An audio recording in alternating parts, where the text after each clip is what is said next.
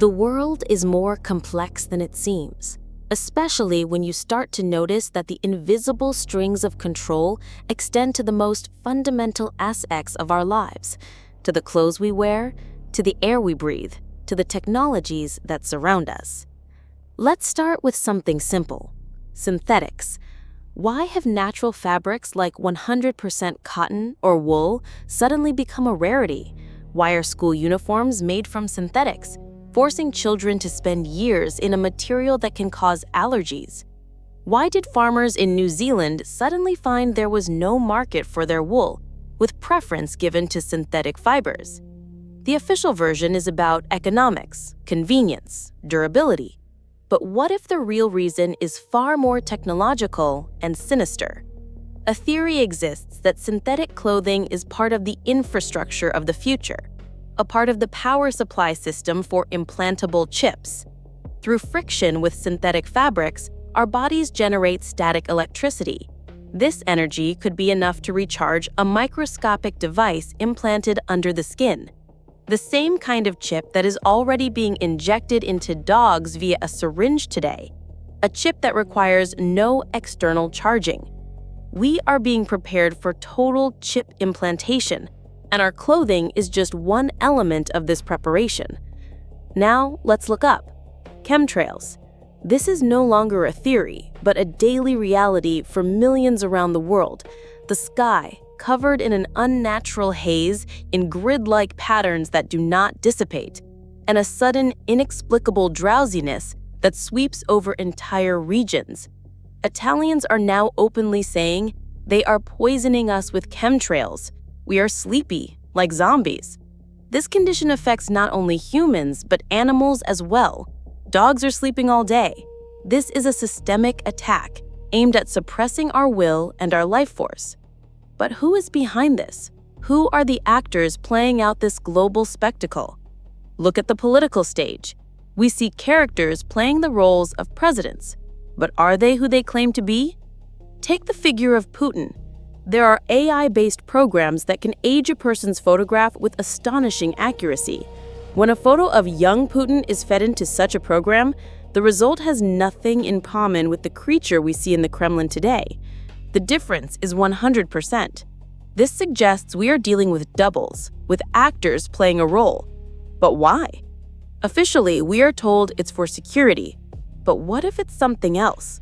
What if the real Putin has long been dead or removed, and his place has been taken by a controllable puppet? The famous briefcase carried behind him is not a nuclear button, nor is it a potty to collect biological material. More likely, it's a kit for emergency corrections to his makeup or mask. The face might be leaking, the technology is imperfect. They aren't afraid of a genetic analysis of his stool, which is flushed into the sewer anyway. They are afraid that the mask will slip off during a live broadcast. This same principle of masquerade extends to other aspects of our reality. For example, air travel.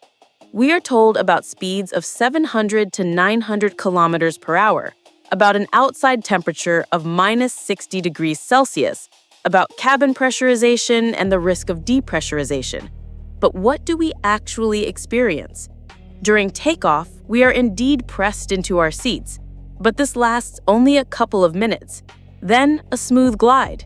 The scenery outside the window doesn't flash by as it would at tremendous speed. A bottle of water in the luggage doesn't freeze into a block of ice. There are drafts from the doors. The sun through the window burns mercilessly, even though it should be freezing. From a high altitude, the Earth looks like a flat surface, not a sphere. These are all inconsistencies, indicating that the model they describe to us is a lie. They scare us with depressurization and radiation so that we don't ask unnecessary questions or try to open the door. They keep us inside a metal box, telling us fairy tales about what's happening outside. In the same way, they keep us inside ideological boxes. Take religion and the concept of God. We are told nation will rise against nation, not king against king. Why? Because people themselves do not want to take responsibility. It's easier for them to choose a king and follow his orders. They have created a matrix of positive, written law that serves the devil, the father of lies. That is why his laws do not work for the people, but only create the illusion of justice. People commit crimes at the hands of one another and then blame God. They are told that some creator, an absolute being, who is the source of all energy, for some reason needs gava, the energy of suffering from the microbe that is man. This is a logical absurdity. Gava is needed by the devil, who is cut off from the source of divine energy.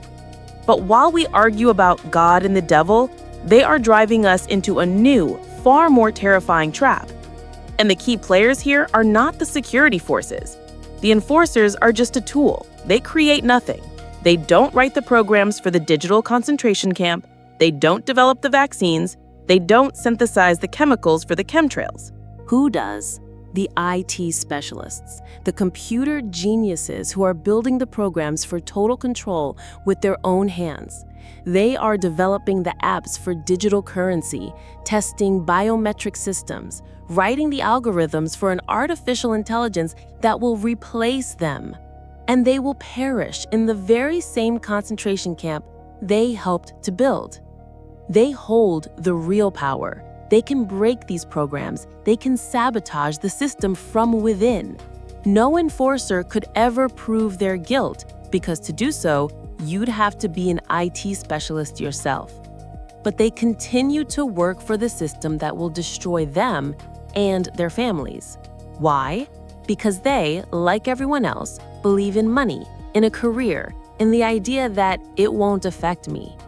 They are the most dangerous and malicious elements of modern society because it is with their talents that our prison is being built. And this prison is being built rapidly. We are being prepared for a cashless world, for digital wallets that they are already tricking public sector employees into opening under the pretext of lunch subsidies. A world where Bill Gates openly declares that smartphones will be replaced by electronic tattoos implanted under the skin. Without them, he says, it will be impossible to work, travel, or live. This is the very mark of the beast that ancient text warned us about. And who provides cover for Bill Gates? Trump, Biden, Putin, Zelensky? They're all one team. They are staging a performance for us called geopolitics. Sanctions, wars, negotiations. Trump imposes sanctions on Russia. We are told this is to pressure Putin. But what do sanctions lead to? The impoverishment of the Russian people. The poorer a Russian is, the more willing he is to go to war for the money Putin pays him. Sanctions are a tool to help Putin with mobilization. Trump, Putin, and Zelensky declared a pandemic on the same day. On the same day, they all had vaccines. On the same day, they began building 5G towers, implementing digitalization, talking about climate change, and destroying agriculture. They are working according to a single plan. The war in Ukraine is not a conflict between two nations. It is a conveyor belt for the disposal of the Slavic population, jointly operated by Putin and Zelensky under the direction of the same curators. If the West wanted to stop the war, they would eliminate Putin and his circle, but they will not touch him because he is part of the team. They stage these performances because they cannot destroy us openly. They need us to believe their lies, their supposed opposition. They need us to go to the slaughter ourselves, believing we are fighting for our homeland or for democracy. While you are watching the negotiations between Trump and Zelensky, you are being poisoned. Trump, Bill Gates, and their appointee, Kennedy, have approved the spraying of 15 types of vegetables and fruits in America with mRNA chemicals. Potatoes, tomatoes, strawberries, wheat. All of these will now carry the same code as the vaccines. This is an attack on human society, and it is being carried out by those we consider our leaders. They cannot be human. Their actions are devoid of human logic and compassion. What comes next? Dictatorship, a fascist regime in every country. In the UK today, you can get 15 years in prison for criticizing the government. In Russia, 18 years for social media posts. This will happen everywhere. And then the question will arise, Either they destroy us or we destroy them. Political terror, which once seemed like something out of spy movies, will become the only means of self-defense. If a president decides to start a war, you don't need to send millions of soldiers to clash on the battlefield. You need to eliminate the president. If Macron fears Putin, let him shoot Putin, not send French boys to die in trenches. This is a simple and obvious logic that is hidden from us behind a smokescreen of propaganda. We are told that we must fight other nations while our one and only true enemy sits in the presidential chair in our own country. They are in occupying power, and their goal is our complete annihilation. Think for yourself. Do not let anyone else do it for you. Television, the media, science, medicine, these are all tools in the hands of those who are preparing our demise. Look at every law, every event, through the prism of one single question. How will this worsen my life? And you will immediately see the truth that they are so carefully hiding. Subscribe and start seeing the world differently.